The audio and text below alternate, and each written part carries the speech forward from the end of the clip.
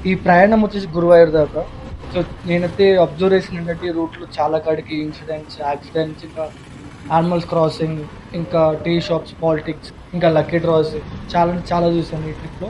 మనం మెయిన్‌లీ ఈ villages cross చేస్తుంటే కేరళలో ఏదైనా స్టాప్ తీసుకున్నా గానీ, అక్కడ ప్రతి ఒక్కరొచ్చి మీతో మాట్లాడడం గానీ, ఎక్కడి నుంచి, ఏంటి, లక్కీ డ్రా తీసుకుంటారా అని చెప్పడం, ఇదొకటి ఆఫర్ చేయడము, చాలా అంటే చాలా ఉంటది. ఇంకొకటి పాలిటిక్స్ ఇంకా. ఇంకా వెళ్ళే కొద్దీ ఒక సైడేమో కొబ్బరి చెట్లు ఉంటాయి, ఒక సైడేమో మొత్తం సముద్రమే ఉంటుంది. సో, ఇదంతా వ్యూ చూస్తుంటే ఒక సినిమాటిక్ షార్ట్స్ తీయొచ్చు ఇన్‌స్టాగ్రామ్ కోసం, యూట్యూబ్ కోసం అని చెప్పి అలా ఉంటుంది ఈ ప్లేసెస్ అన్ని చాలా కాడికి. ఎప్పుడు వర్షం పడుతుందో, ఎప్పుడు ఎండ కొడుతుందో, ఎక్కడ క్లైమేట్ చేంజవుతుందో తెలియట్లేదు. కానీ చాలా అంటే చాలా బాగుంది ఈ కేరళ రూట్స్ అనేది. మేజర్‌గా అయితే హైవే రూట్స్‌లో చాలా కాడికి యాక్సిడెంట్స్ అయ్యి ఉన్నాయి. ఇంకొకటి రోడ్ కన్‌స్ట్రక్షన్స్ కూడా చాలా ఎక్కువున్నాయి.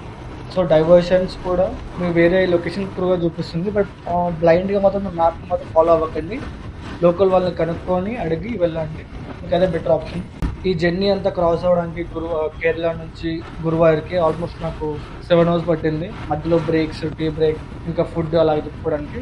So, remember this mainly. Kerala రూట్‌లో వెళ్ళేటప్పుడు చాలా కాడికి సైడ్ వ్యూస్ ఎక్కువ చూడకండి.